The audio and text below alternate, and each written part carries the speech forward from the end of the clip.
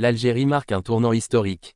Du cœur du Sahara émerge l'un des plus grands projets stratégiques du pays, une ligne ferroviaire géante destinée à transformer une richesse longtemps inexploitée en moteur industriel majeur pour l'Afrique. Pendant que le train du développement s'élance vers le nord, un autre dossier s'invite à l'actualité, les relations sensibles entre Alger et Paris, alors que le ministre français de l'Intérieur conditionne sa visite à des réponses attendues d'Alger.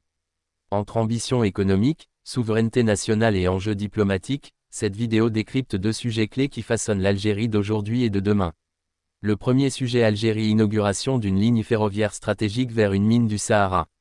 Ce projet vise à augmenter les capacités d'extraction de fer de l'Algérie, dont l'ambition est de devenir l'un des pays leaders en Afrique dans la production sidérurgique.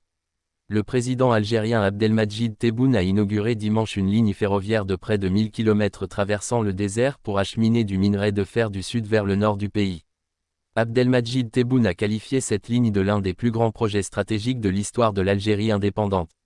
Financée par l'État algérien et construite par le groupement chinois CRCC et des entreprises algériennes, elle relie la mine de Garat Djebileh, près de Tindouf extrême sud-ouest, à la ville de Béchar, à 950 km plus au nord, d'où le minerai de fer sera ensuite transporté vers Oran nord-ouest et une usine produisant de l'acier.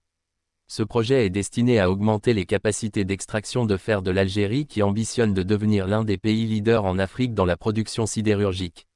Il devrait contribuer aussi à développer la région de Tindouf et à créer des emplois. Gisements inexploités. Le gisement de Garat Djebileh, avec des réserves estimées à près de 3,5 milliards de tonnes, est resté longtemps inexploité en raison notamment de son enclavement géographique, est perçu comme un des moteurs de la diversification économique de l'Algérie, qui cherche à réduire sa dépendance aux hydrocarbures, selon des experts. La ligne géante Garat Djebileh-Tindouf-Béchar a été réalisée dans un délai record de 20 mois, s'est félicité Abdelmadjid Tebboune, venu inaugurer la ligne dans la gare de Béchar en présence du corps diplomatique et de membres du gouvernement. Abdelmadjid Tebboune a accueilli le premier train de voyageurs en provenance de Tindouf avant de donner le signal de départ d'un train transportant vers le nord une cargaison de minerai de fer, extraite de Garat Djebileh, selon des images à la télévision nationale.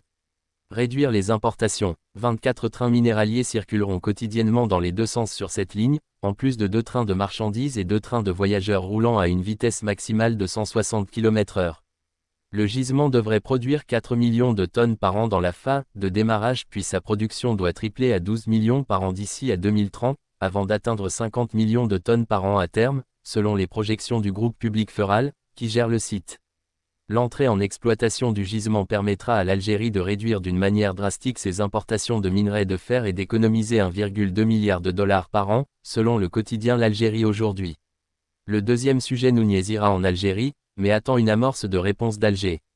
Laurent Núñez a affirmé mardi sur TF1 qu'il irait en Algérie, mais qu'il attendait qu'il y ait une amorce de réponse d'Alger aux demandes de Paris sur le retour dans leur pays des ressortissants algériens en situation irrégulière en France et sur le cas de Christophe Glaise. Le ministre de l'Intérieur était interrogé sur les déclarations de l'ancienne ministre socialiste Ségolène Royal de retour d'Alger qui le précédit aller. Précisant que la mission effectuée par Madame Royal, présidente de l'association France-Algérie, n'était pas pour le compte du gouvernement français, Laurent Núñez a fait valoir que les conditions mises pour sa propre visite en Algérie étaient minimalistes. La France demande une reprise des reconduites des Algériens en situation irrégulière et la libération du journaliste français Christophe Glaise. Il faut y aller, mais c'est évident que quand on pose des conditions, c'est qu'on ne veut pas y aller, avait dit Madame Royal. Le ministre a répété qu'il fallait que le flux des retours se réamorce. Il faut qu'il y ait une amorce, a-t-il insisté. En revanche, il a assuré que les discussions techniques sécuritaires avaient repris entre les deux pays. Merci d'avoir suivi cette vidéo. N'hésitez pas à vous abonner à la chaîne et à laisser votre avis en commentaire. À très bientôt pour une nouvelle analyse.